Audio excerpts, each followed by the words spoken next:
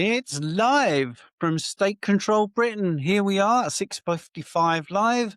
Thank you everyone for tuning in, and I've got the wonderful Duncan Smart with me. Duncan, hello. Hello, Stephen, and thank you very much for the invitation again.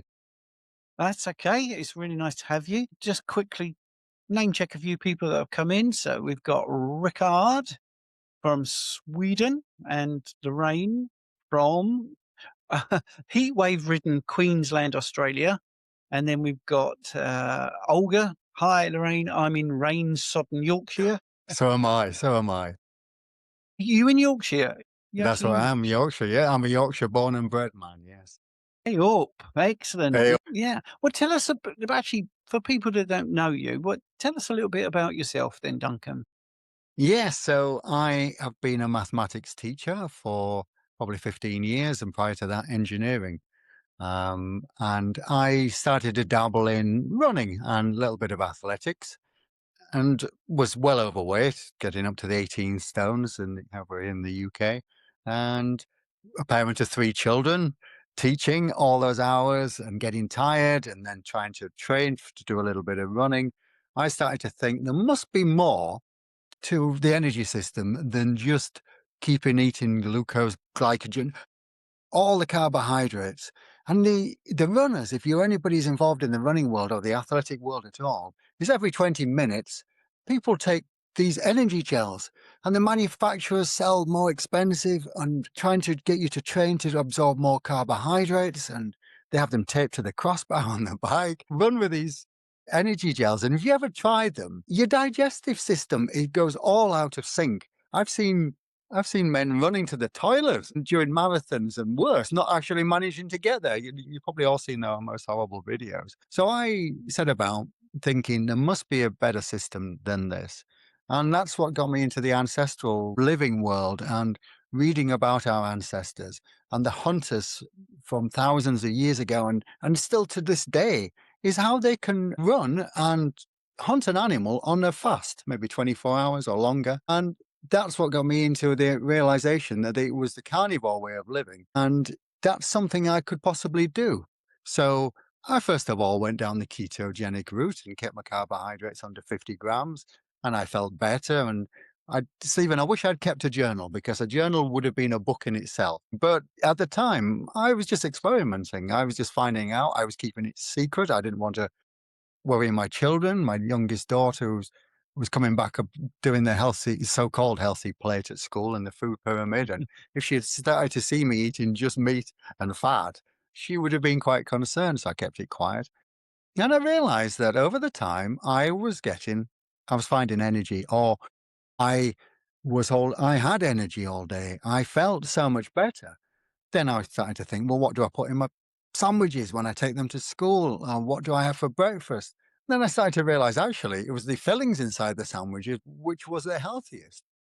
And as time went by and I realized that my carbohydrates were reducing, I was reducing them and starting to feel better. I could see the correlation, you see, getting the maths teacher in there. I started to see the correlation and think, hold on, why don't I try going zero carbohydrates and just try it and see what happens? So I roughly think 18 months to 2 years in as a ketogenic, reducing those carbohydrates, I went zero and I felt so good. It was like a switch for me. When they talk about the keto flu and whatever they want to call it, they were switching their energy systems and probably feeling fatigued, and there was a lot of other things going on. Well, of course, I didn't go through that from keto to carnivore. I just suddenly found this boundless amount of energy and I felt level all day. So when the head teacher was saying, "Oh, Mr. Smart, we've got a meeting after school," and most people are flagging, they're yawning, notice I wasn't yawning. I felt alert all the time. I could go home, feed my children, mark the books, plan the lessons, go out for a run because I didn't need to fuel myself. Whereas before you're thinking, if you've got to go for a run, do you eat 2 hours before? Do you eat after? Do you get a good training running? And I found I had this incredible amount of energy and felt so good. As strange as it sounds, I thought I was out there in the world on my own discovering this. You would think as an intelligent man, I should have really looked at the internet to see if there was any support groups, any groups out there. I would have found so many people. But in my world, you got to think in the athletics world, and the cycling world, triathlon, I wasn't aware of anybody. And my times got better, and I can tell you these stories as I go, but I got selected for the Great Britain team. So then I went over to the south of France to a training camp. They've got a nutritionist. Of course, they've got a table full of carbohydrates and want you to carbohydrate load before the training sessions. I'm having to lie because they just wouldn't have taken me out for a whole day race event if they thought I was going to bonk, or which we call when you run out of your so-called energy system collapses. Well, that wasn't going to happen to me. So there I was, getting healthier, fitter, faster, and feeling so good. And then, as you know, and any other carnivores out there will know, there's these, I'll call them side effects, but they're positive side effects, where your skin suddenly feels so much better condition. You don't sunburn. There's no need for sun creams. My hair started to get darker again, back to years ago. And my recovery was incredible. I bounced back from a training session virtually the next day. If I ran a marathon, I wasn't a case of walking backwards down the stairs anymore. I felt okay, okay, a couple of days later. So if the recovery was so much quicker, then I could actually train a little bit more and enjoy the training because I'm not training on fatigued muscles. And then my performance increased. So it was a beautiful relationship between these two and enjoying it more. And I was racing 4 times a week. I dropped my teaching down to 3 days a week because I think it's you almost wake up, and it's when you were introduced to everybody, welcome to State Run Britain. I often think that. I often think it's almost as though it would be better for the government, for everybody to keep us as cattle, to keep us on that treadmill. I almost feel it as though I woke up. I woke up and then think, do you know what? I can live on such little now. I don't need much food. And do I need to work that much? Drop down to 3 days a week. And one day I was out there looking, I'd done my washing, and on the race line was 4 race suits and 3 work shirts. I'd raced more times that week than I'd worked, which was a beautiful feeling. Anyway, back to where I was going with this story was many people started to look at me and they started to notice the results. And they said, "What are you doing?" And when I started to tell them, they looked at me as some sort of strange creature. And you'll have had this. And what, you just eat meat and you just eat fat. And all these ideas of cholesterol and everything, every myth that they've been told, every narrative that has been sold to them, that they all believe it. And even though I was standing in front of them, real as life, I've just put in a fabulous performance and probably could go again if I needed to. And wasn't Mm. rushing to get the food. I wasn't taking that. And everybody started saying, well, you should write a book. You should write a book. As you often get told this. And it's planted that little seed in my mind. And I started to get a few notes down, and over a year, you start to add to it and you change it and you alter it. And then I started to collect the evidence because that's so important to me, is the science research, the background. And the more you dig into it, you start to realize that over the hundreds of years, there has been other carnivores that have actually published work and findings, and but never been listened to, or they've been suppressed. So that had to go into my book. I released my book on around July when I retired from teaching. So I took a retirement because it was the only way in my mind I could then introduce chapters about the food pyramid, and about the healthy school and the canteen, and what we consider being a healthy school actually isn't. And in that Mm. canteen, there isn't anything that I could actually eat. Nothing. The students would tease me, the dinner ladies would tease me, and I said, "So you can have the chicken." I said, I can't, it's wrapped in breadcrumbs. It's probably been cooked in seed oil. And then they were saying, "Oh, you could have the water." No, because every bottle of water in the school I was at was flavoured water. There wasn't any Mm. natural water. One lady said, "How about the salt? You could have our salt." I said, "No, it's manufactured table salt. It's not proper salt." Okay, you could see them shrugging their shoulders and thinking I was a bit of a strange one, but to us, that's the natural way of eating. It's not Yes. picky, is it? It's a beautiful way of eating. We can vary Mm. the tastes massively. You can rotate 3, 4 different meats, cook them different ways, different types of salt. I mean, the salt from around different areas of the world tastes different, doesn't it? So you can Yeah. enhance that taste and you can taste the food. Right. Opportunity for any questions. Have I carried on talking too Well, long? no, that's great. No, no, you haven't. No, I mean, it brings me to a brilliant thing. I want to share something that one of my people that are doing a consult with, who's doing fabulous with their cancer treatment and getting great results. But he shared this. He said I could share it. This is when he went for his last cancer scan. This is the food that was outside for every cancer patient.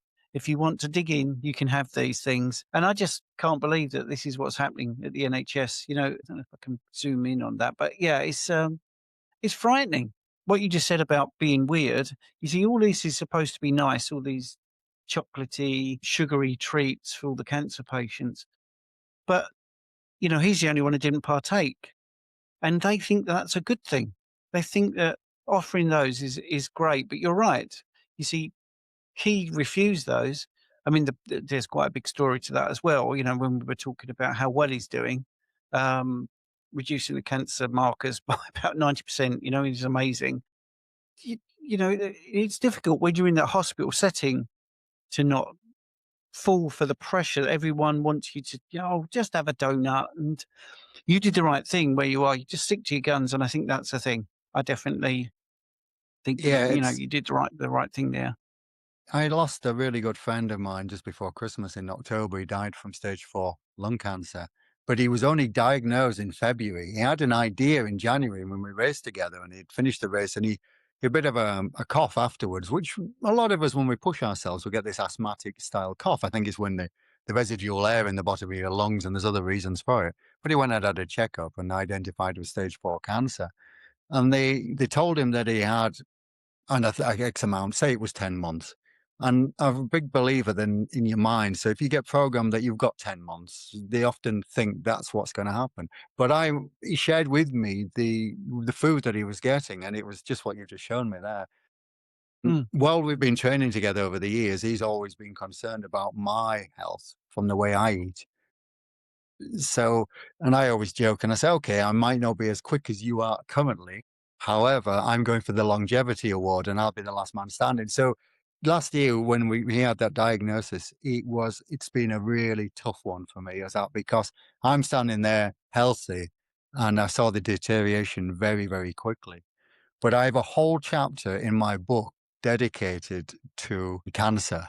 And I don't want to say dedicated, it's not a great word to use, is it? But it's focusing on mm, cancer and how this could actually help, right back down to Otto Warburg and what his mm, findings were, and focusing on a lot of that, which again, it's kept away from the media. We don't really hear a lot about this.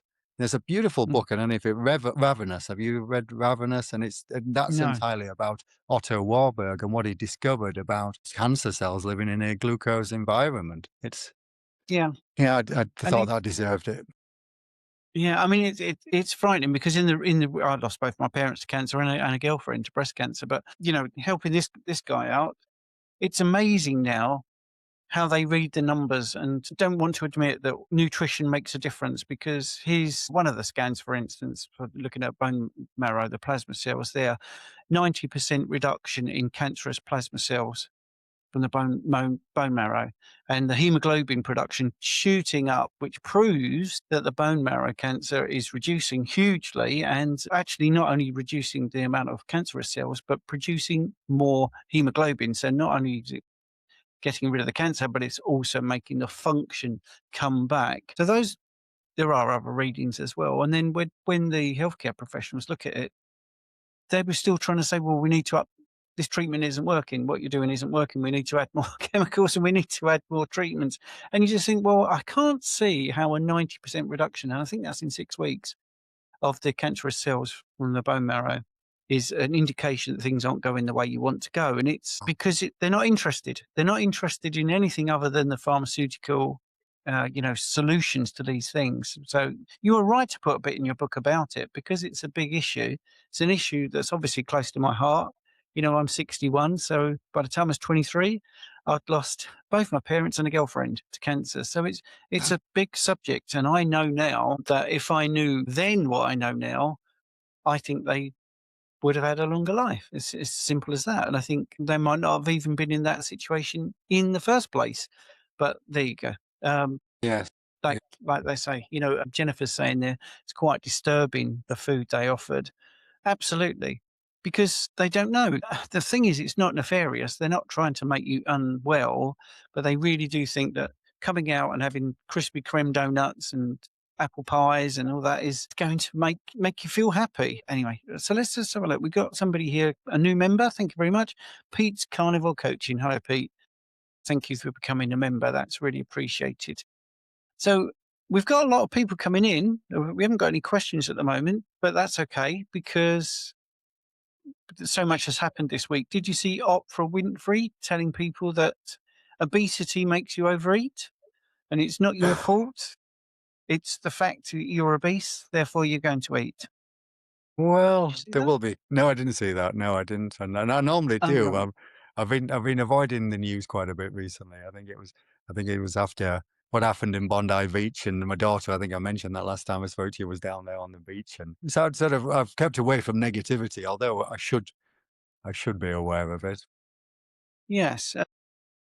Well, the news is not great. What about well, let's have a look at this. Oh, Coach Stephen, thanks for all you're doing in our certification program. No, it's my pleasure. I actually like that. Uh, if you let's have a look at this. If you so Ben is saying if you donate blood in Sydney, this is the same array of treats they offer in the recovery room. Yeah. Of Oh it's yes, Par Beda saying it is nefarious. It has to be. We've known the truth for many, many years. Yes, absolutely.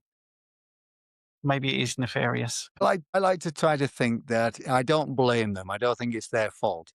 I know deep down, if I was working in that environment, I would research more. I would look into this. And there are many, Mm, many out there that are.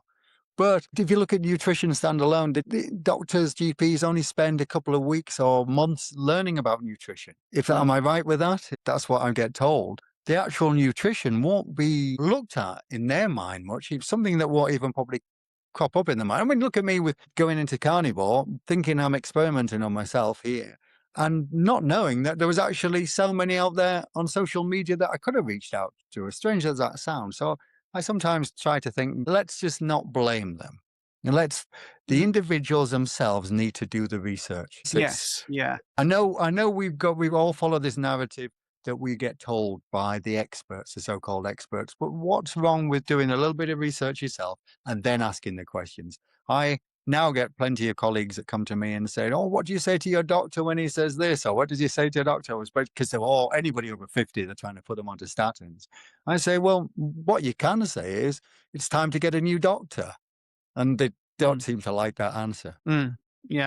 Now, I'm just the author that spreads the word, and that was my way of spreading the word. And I'm still Mm, competing, and I'm still training for the new season. That's something I will certainly look at. So, what the question mm, there is, have we ever seen anybody completely cured? I'll just tell you a little story about this. This is where I met Stephen at a meetup, and I've met a few others in the UK in these meetups. And when I went along, I was invited to the first one by George Goodenough. I attended him. We all sat around the table. I met these beautiful people.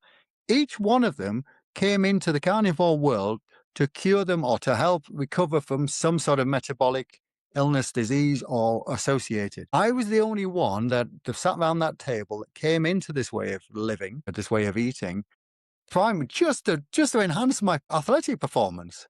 So very mm. different. And the stories that I was getting told around this table of people who had healed themselves from cancer was incredible. So I can only take that information directly from them. I'm not aware of anybody else otherwise, but I don't know if that helps answer that question. Yeah, it does. It does. And yes, I definitely have people that have reversed it. I mean, this is the thing. One in particular who I would love to do a story about, a success story video, but they won't do it. But they did raw meat carnivore and absolutely everything went into remission.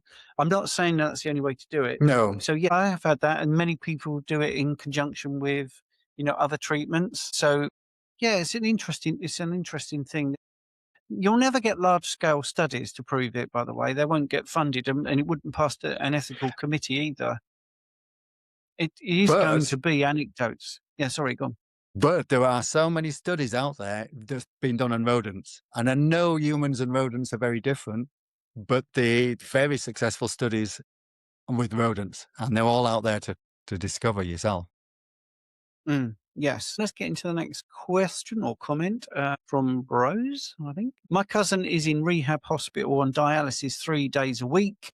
Her food tray this morning included Trix raspberry rainbow yogurt to go with all the other sugary items. I think I'm going to start a little thing here where this is going to be the motif.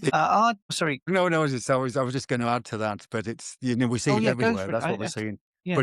But and somebody said about donating blood over in the UK, they give you a sweet cup of tea with a biscuit after you donate blood. But carry on. Mm. There was a really good point after that. I think there wasn't the question. Is that still there? Yeah. Yeah, sorry about that. Yeah, let's do the next thing. RJ McKenna is saying Opera advocating the GLP-1 injections being paid just like when she advertised for Weight Watchers. Exactly, yes. She's more of a business person than a health advocate, I would say. Well, I wrote a chapter about GLP-1 in my book there, and I call it the hollowing, incredible hollowing woman, because we see what actually tends to happen. It is a hollowing. You can see the face reset.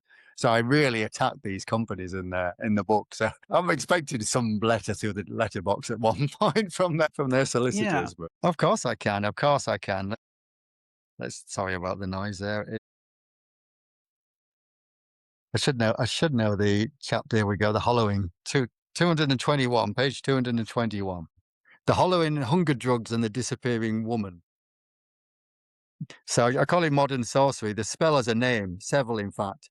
Semaglutide, liraglutide, duraglutide, branded as Ozempic, Wegovy, sorry, pronunciation's shocking, a Monjaro. Once prescribed for diabetes, these GLP-1 agonists are now the talisman of modern body modification, fringes of surrender disguised as self-care.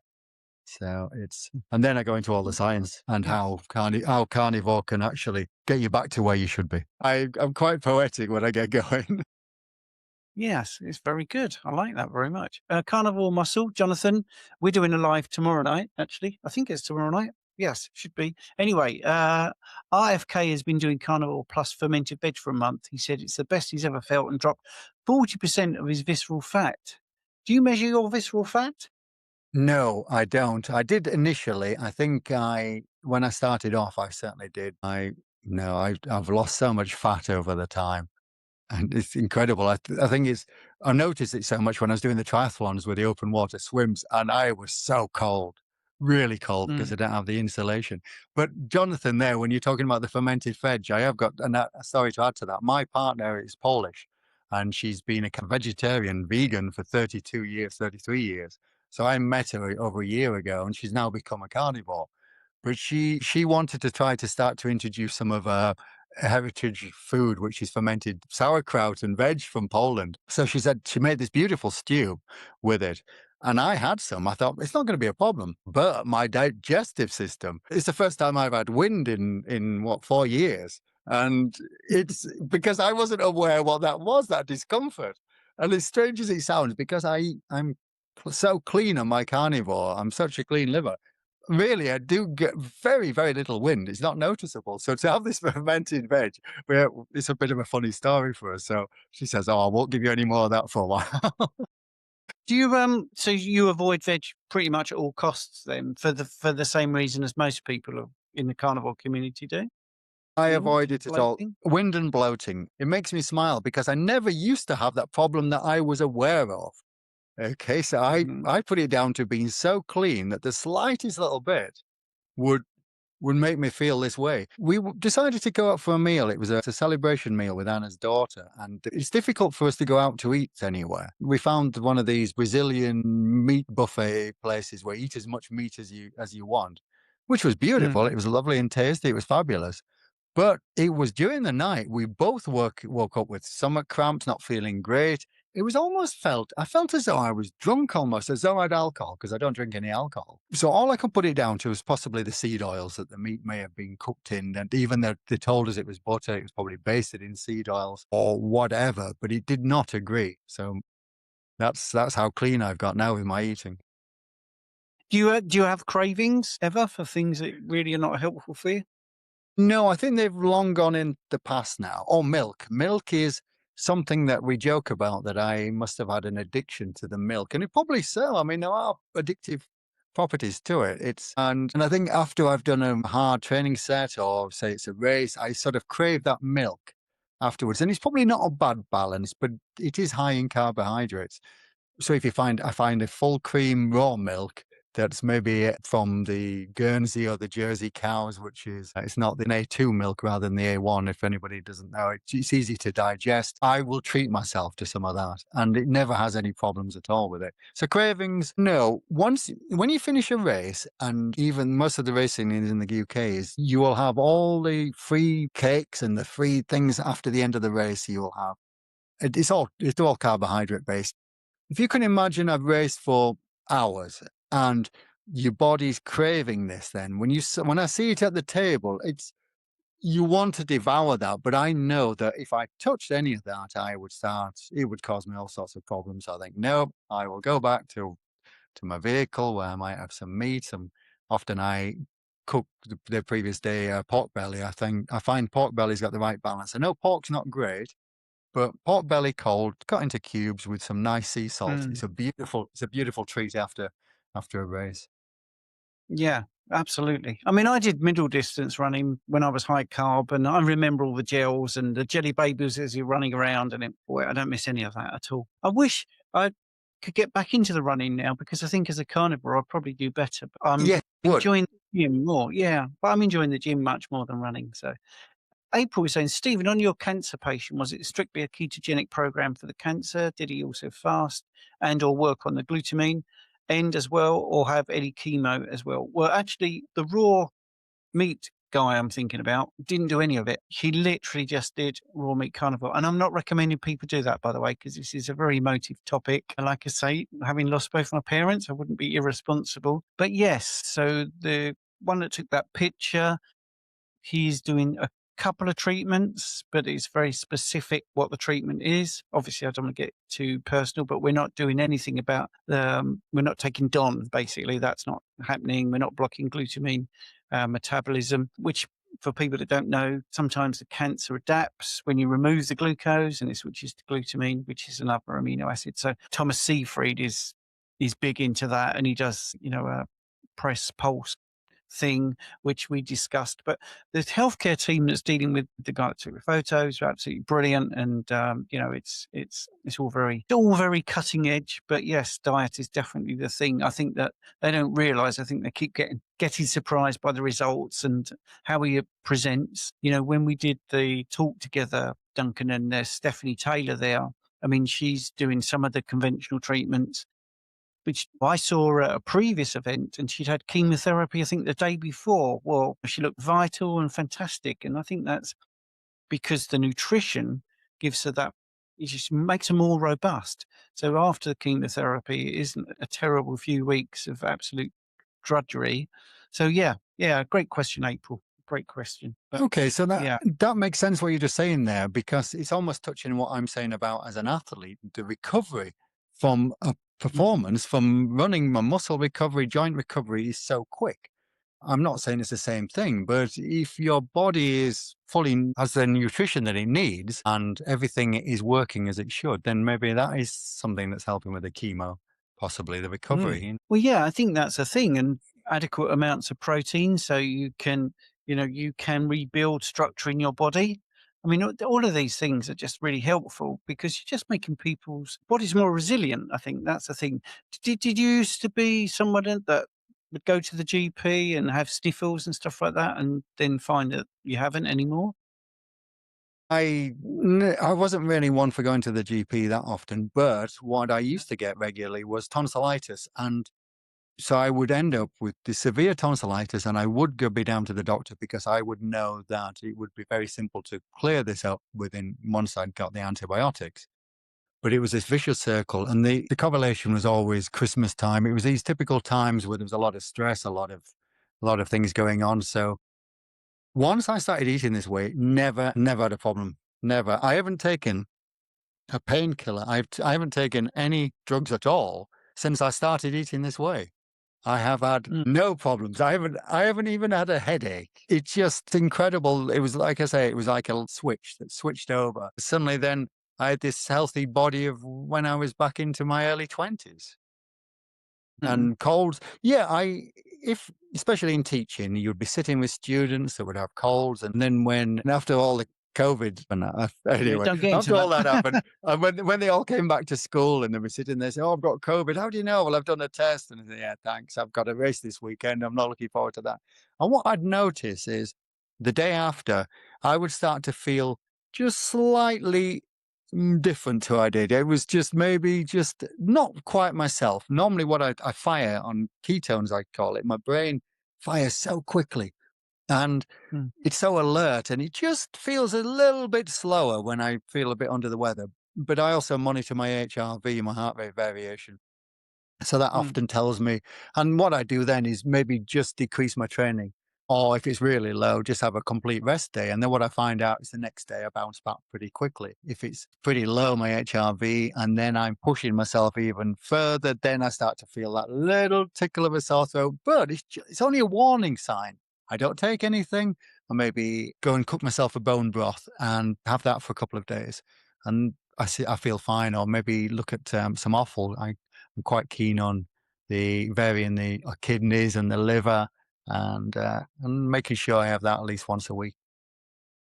brilliant, brilliant. Let's have a go at what's happening in the house here. So, we've got quite a few questions. Oh, what I wanted to just share, if you don't mind, just my Common Sense Carnivore group has really got a lot of members, and I just want people to know about it in case they haven't heard about it.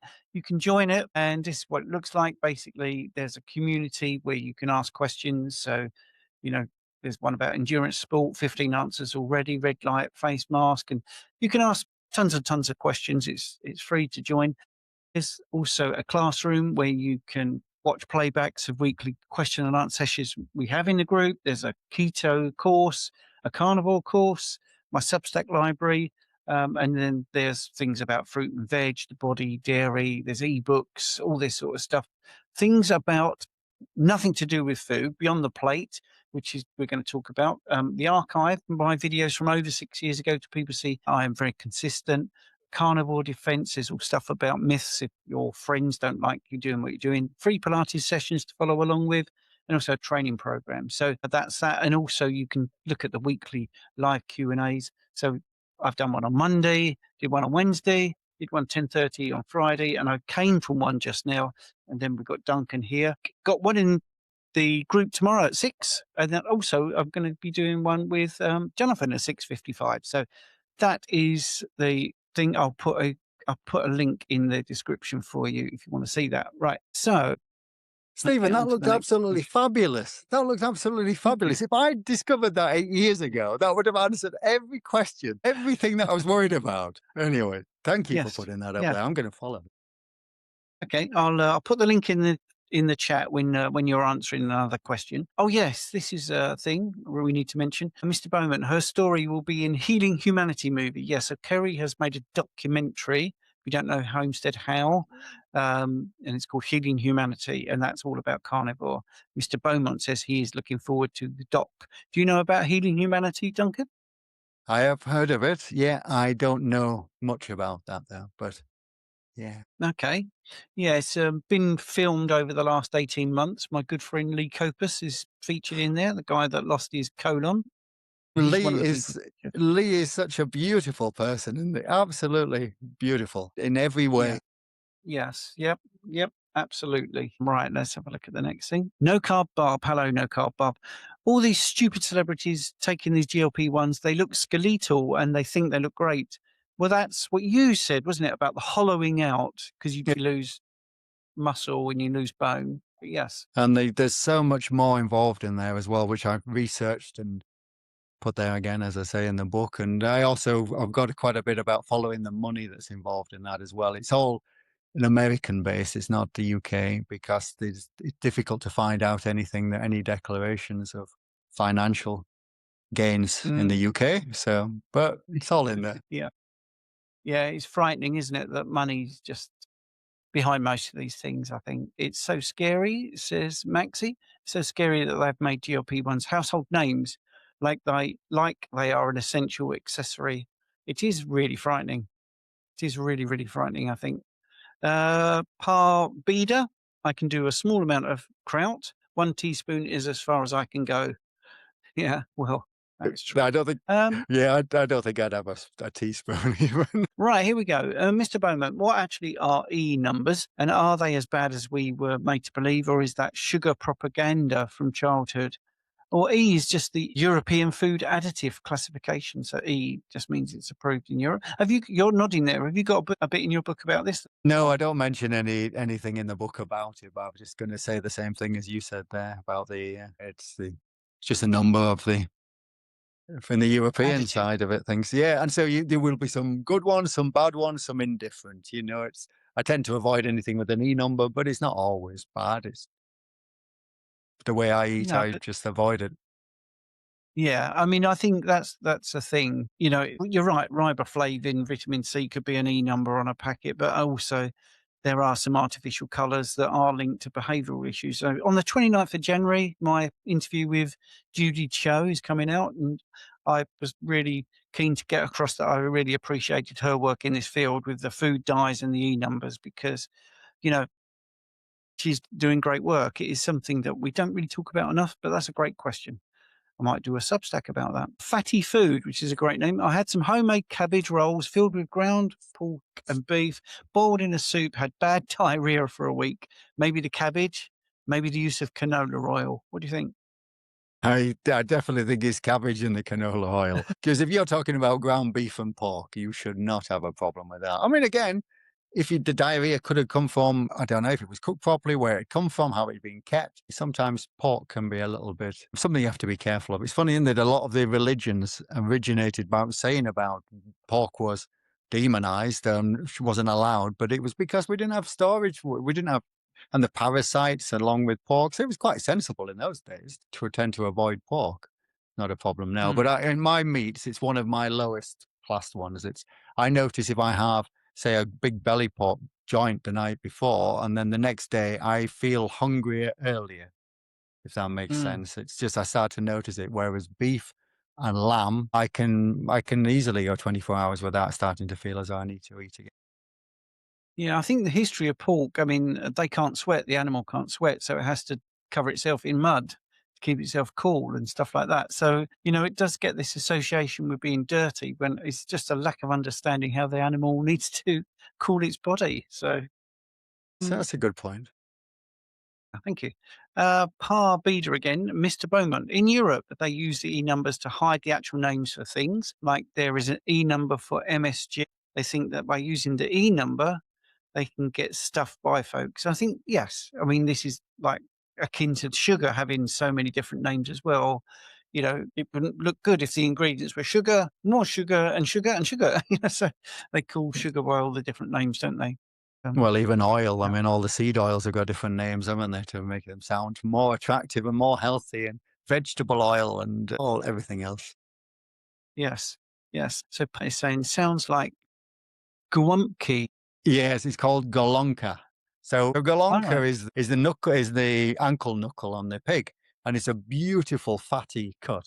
So now because my partner being Polish and now she eats carnivore, she'd always wanted to eat golonka when she lived in Poland, but being vegetarian for so long, she never ate any meat. So we went along, she bought this golonka, cooked it the traditional way, which was slow. It was cooked in a slow cooker for a long time. And then we sat down, one on either side of this galonka, eating from one side until we met at the knuckle joint in the middle, like a romantic scene from some carnivore scene. Anna's poor daughter's looking at us, go, "Oh, you two, what are you like?" We never said a word to each other. We're just having this romantic meal.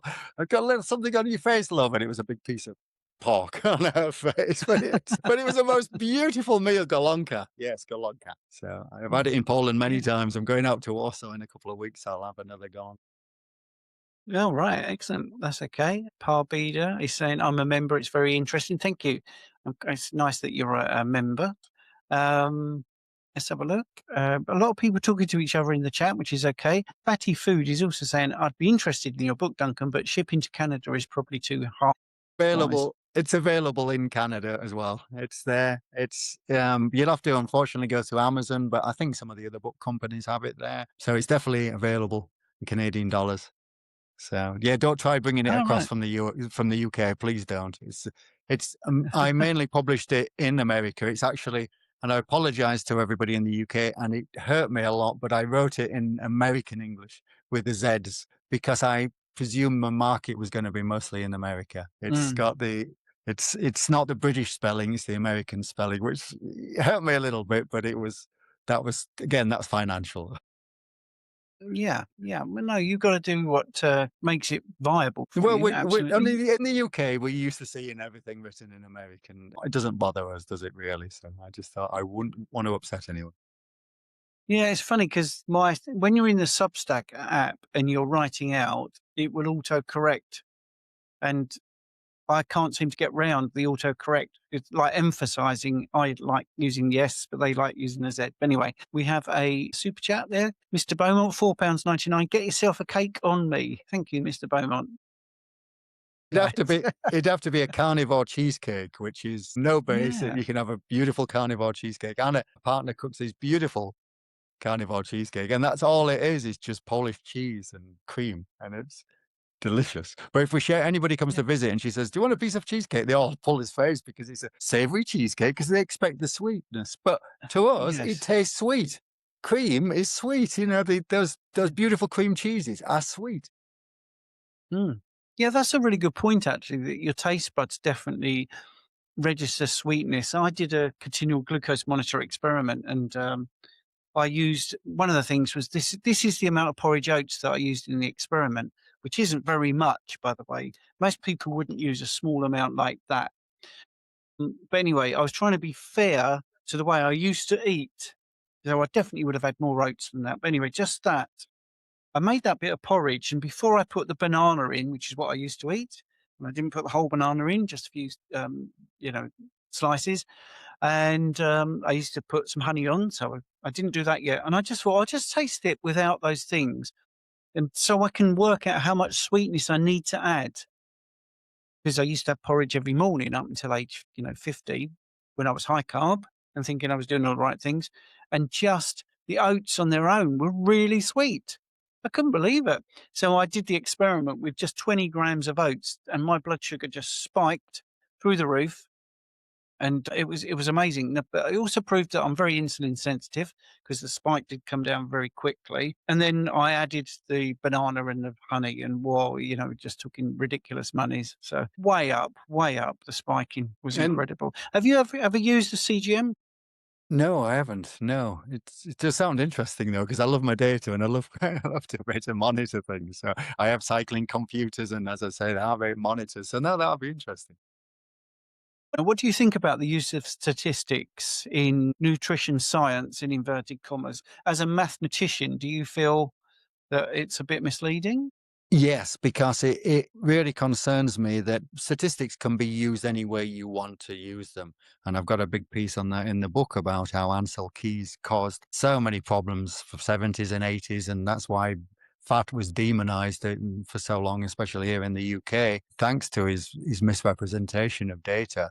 And it was only because he was a 20, sorry to anybody who doesn't know, it was a 22 country study that he went and looking for the healthy way of eating, the Mediterranean way of eating, and look at these nations. Because so many of them didn't fit his own hypothesis, his narrative, then he removed them from the final data and ended up showing, I think it was 5 or 7 countries, which proved what he wanted, which was to demonize the fat and look at actually just completely taking it away out of, and by removing the fat out of everybody's diet, then that was replaced with sugar over the time, and this is when obesity and there's lots of problems happen. So back to your question when you said about data, yes, if you can understand it, okay, if you can follow the data, yes, it can be useful, but it's so easy, and we can even believe our own studies. And there's a word for it, isn't there? When you actually are biased, you end up believing what you wanted to set off to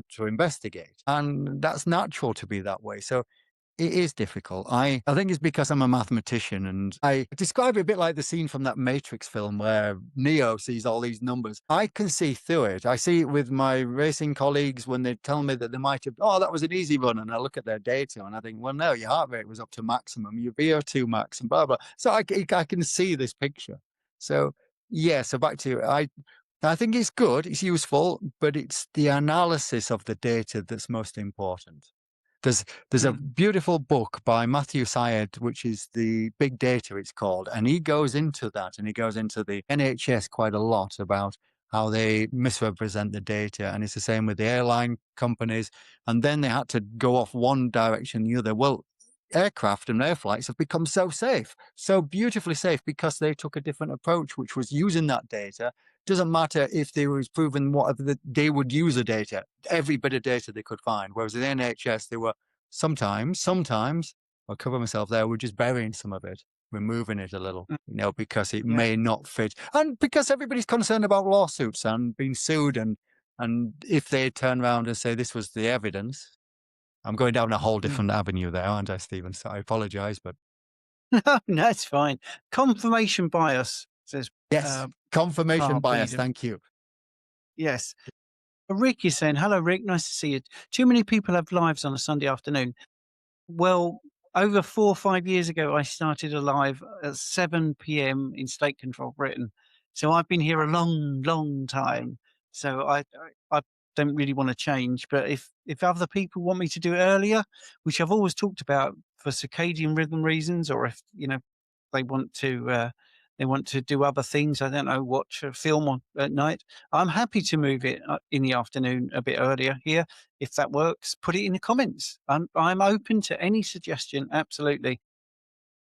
So yeah, 5 p.m. would suit people better. I'd move it 2 hours earlier. Yeah, so how does that sound with everybody? Be really interested to know. And I know a lot of people, more people look at it on the playback by about 10 to 100 times views. So I will maybe get maybe 150 views while we're live, but by tomorrow it might be, I don't know, 3, 4,000. Sometimes it's about that. Obviously, people are watching on the playback, not watching live. So if I can get more people live and more questions, then drop in the comments and say, yeah, I'd like it 2 hours earlier or whatever, and then we'll As do that. as as a guest, I'd probably prefer 2 hours earlier, but it's only because I've got used to this routine now where I get to the evening and it's a bit of meditation, a little bit of a starting to relax, so my brain doesn't seem to fire as quickly. But then again, being a guest on your show there, Stephen, I probably helped you because it slowed my brain down a little bit. I'm not talking as quickly and I'm not talking as much about myself as I tend to do as a retired school teacher. Yeah, well, I think it's no, I mean, I'll just do what's best. Hang on, my computer's playing up a little bit here. It's probably saying, "Yeah, I'd like to do that earlier as well." So, yeah. Yeah, let's go to the next question, I think. Let's have a look. Hang on a minute. No carb bar. Since I have some friends in the UK, so I have both American and English keyboards, my way around the difference in spelling. That's quite cool. Right, let's have a look. Rob, Robfer, what's your opinion on the new glycase, telling me how to pronounce it, that's okay, test, the composite biomarker that measures the glycation state of acute phase proteins, particularly those involved in inflammation? So, yeah, that's very nuanced, but I love bloods, and this is my home patch, really. It isn't actually glycation, it's glycosylated acute phase protein. So what is an acute phase? Acute phase is when you have a problem in your body and certain proteins react to that in a way. So ferritin is an acute phase reactant, believe it or not. So how that works is it locks up the iron so the bugs can't live on the iron. That's it. So we know that as well. So it's looking at acute phase proteins, as you say, those involved in inflammation, glycosylation. That is where it's enzymatic. It isn't a chemical bonding that isn't wanted. It's an enzymatic process. Right. It's very early. I don't work in the blood labs anymore, but I get people coming to me. It's still with correlations, it's still associations, but it is less affected by the function of like CRP, C reactive protein is reactive. So if you have an acute infection, obviously it makes a difference to the reading. Uh, um, at the moment, it's very expensive. So that's why I'm not seeing lots of people have it. But it is very interesting. It's a great thing. So what would we say about that? So is it necessary? No, because we have these great markers. But anyway, yeah, I think it's something to watch out for. But I don't want to bore people and get them clicking away talking about things that are a bit too nuanced for most people. So let's do the next thing. But no, it's a great question. I might write a bit about it actually because it is emerging. Lisa is saying, I swap milk to double cream. Does it have the same amount of casein? And also are duck livers compared to lamb beef livers? Does that make sense to you? It does make sense to me. Answering about the livers, I like to vary them up. In fact, in my fridge at the moment, I have all three of those livers. I have duck, lamb, and beef livers. I do notice a difference if I vary them slightly. So there must be something in there that is different. That must be giving me something. And so there is a difference. On the taste, I like them all. I particularly like lamb liver, but lamb kidneys are just beautiful. Back to double cream and the casing. What's that? That's same amount of. Don't know the actual answer to that. I don't know, but your double Oh cream, yeah. of course, has Okay. got a lot less carbohydrates. Sorry, go on. Yeah, well, we can answer this together. So yes, a double cream contains much less casein than milk. But you carry on. Of course, it's to me the double cream is much better because it's such low carbohydrates in there and the high fat content. Because when I started eating this way, I think back to Ansel Keys and the demonization of fat, and all the adverts here in the UK were saying about not eating fat. It was very difficult to train my mind to actually allow myself, my conscious mind, to consume that fat. I was convinced the taste of it was horrible because it was so demonized. And over Mm. those years, I've trained myself to enjoy it. And now back to when you're talking about sweetness, it's the fat of the lamb is so sweet, a beautiful lamb, especially it's barbecue. I'm making myself hungry now. And it's on the barbecue and it's the most beautiful taste. So there is sweetness in the fat. Yeah, there's definitely sweetness in the fat. Duck livers compared to lamb and beef, very similar, but duck liver has a lot of vitamin A in a good way. It's very nutrient dense in that way. But yeah, there's not much in it. There's not much in it at all.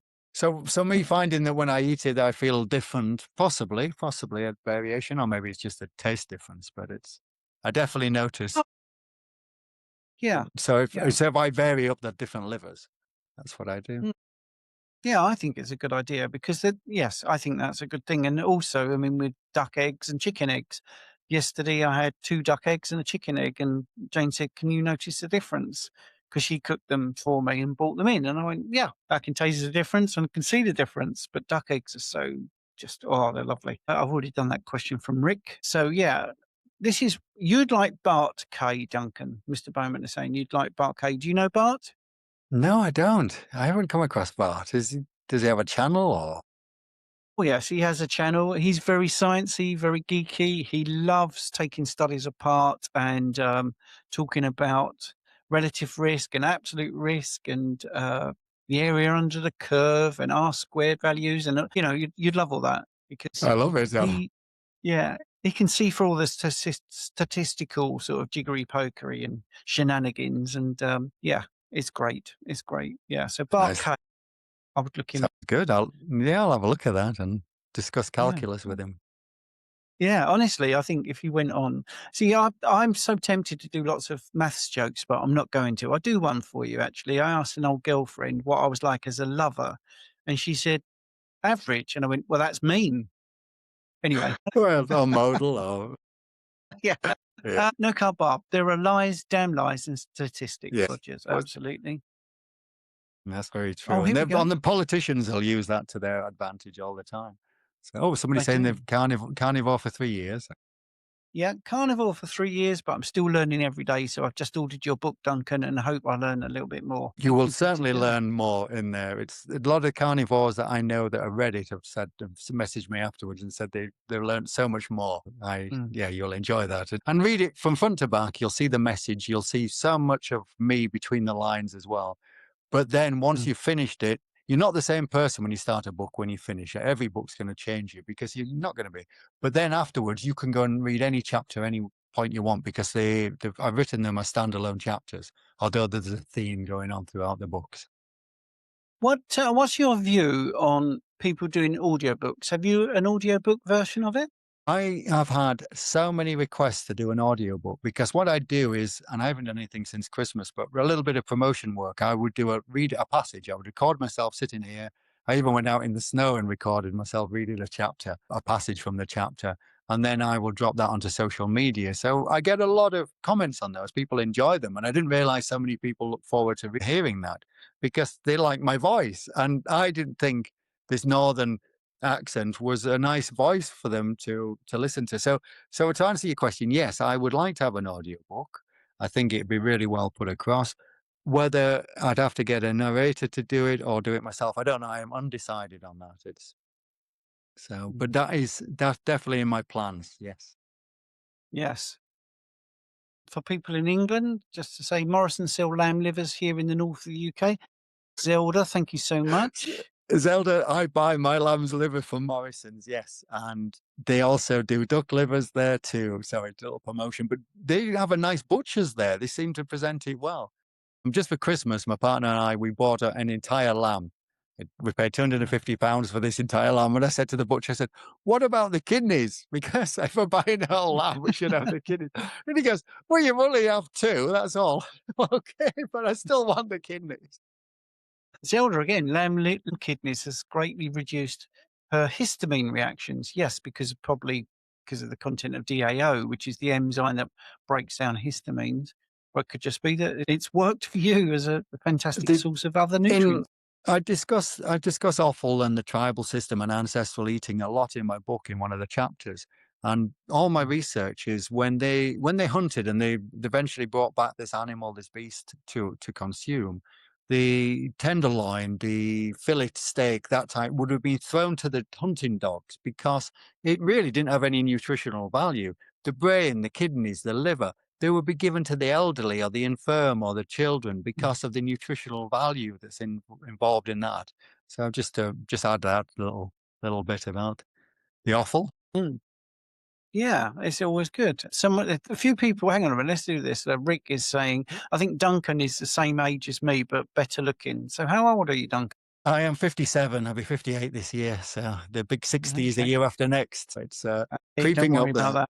I'm not worried in the slightest. It's when I'm competing and then I start to look at the competition for the in the age categories. Everybody else is just getting older around me, so it's fine. I'm quite happy with that. I did a race not Yeah. long ago. It was last year, and I got back and I said to Anna, she goes, "How do you do?" I said, "Oh, I was third." She goes, "Well, that's good. You're on the podium." I said, "Yeah, but I just couldn't get anywhere near first and second." She goes, "And how old were they?" I said, "Well, they're 20-year-old lads chasing professional contracts." She goes, "So really, you just need to get a grip and just think where you are, because everybody in fourth Yes. and fifth and sixth and seventh place will have wanted to be where I was." Yeah. Oh, yeah, absolutely. Years ago, I had a guy who I used to go to his office, and this was when I was writing a bit, and he had on his thing behind him, those people that belittle winning a silver medal have never won a silver medal. It's like, yeah, that's true. Yes, Um, absolutely. Yeah. And what I always ensure I do is go to every event that I get invited to, because if I don't, or if whatever, or if I'm not feeling great or I'm tired, because then I'm not giving justice to the people who are entering it and want to win. It's anyway. I just love this comment now just to see that. That's why I'm wearing my glasses so I can read these. Yeah. Who doesn't know Someone who Bart? Wow. doesn't, yeah. I'm Yeah. sorry that I don't know Bart. Maybe I spend all my time reading my own work, looking at my own podcast. A typical school teacher that just talks about themselves all the time. But I will certainly look up Bart. Yes, he's very good. He's an acquired taste, put it that way. So, Duncan, it's been a pleasure to have you on. Really enjoyed it. Thank you for your passion and how much you love it. Uh, let's have a look at this. Oh, Rick is saying, believe it or not, I still do not need glasses. Well, some people are lucky like that. But You know what? I don't tend to wear my glasses when I'm doing these podcasts. And I think it's when I start getting late at night and it's like your eyes are mm, tired. And I've spent quite a lot of time today writing and my eyes just felt tired. So yeah, mm, I'm trying to heal them. I'm trying to improve them. So, thank you very much for yeah. Stephen. I love chatting to you. I always full of smiles and we have a laugh, and next time I'd like more maths jokes because I do like them. Yes. Yeah. Well, I tell you what, when it comes to maths, I was in the top 40% of my school. I don't know about the other Nice. 70%. I didn't expect a joke there. That was impressive for this Sorry. time on an Sorry evening. about that. Don't apologize. I love it. I But think I think just looking at the comments, most people don't want me to move the time, which is fair enough because I've been doing this time for a long time, and so I'll stick with it. I think is that but anyway, the offer was there to people, and thank you, YouTubers. Thank you very much for tuning in. It's been an absolute pleasure. If you're watching the playback, still can you press like, and a comment would be really handy. Share it, get the word around because that does make a big difference on the algorithm. So yeah, thanks for tuning in. Thanks, Duncan. thank you. And we're going to finish now. There's an outro. I don't want to play an outro. We'll just end the stream. Thanks ever